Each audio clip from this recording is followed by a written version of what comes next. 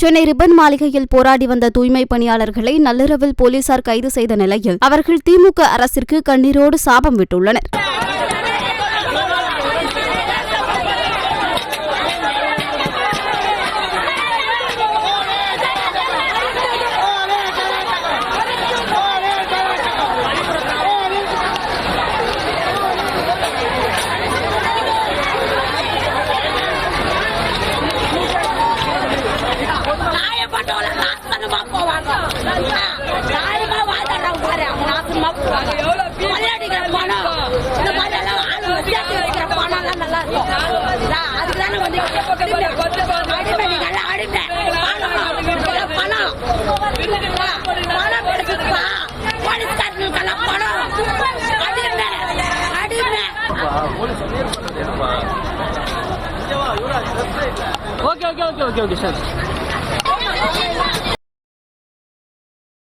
செய்திகளை உள்ளது உள்ளபடி தெரிந்து கொள்ள ரெஃப்ளெக்ட் நியூஸை சப்ஸ்கிரைப் பண்ணுங்க.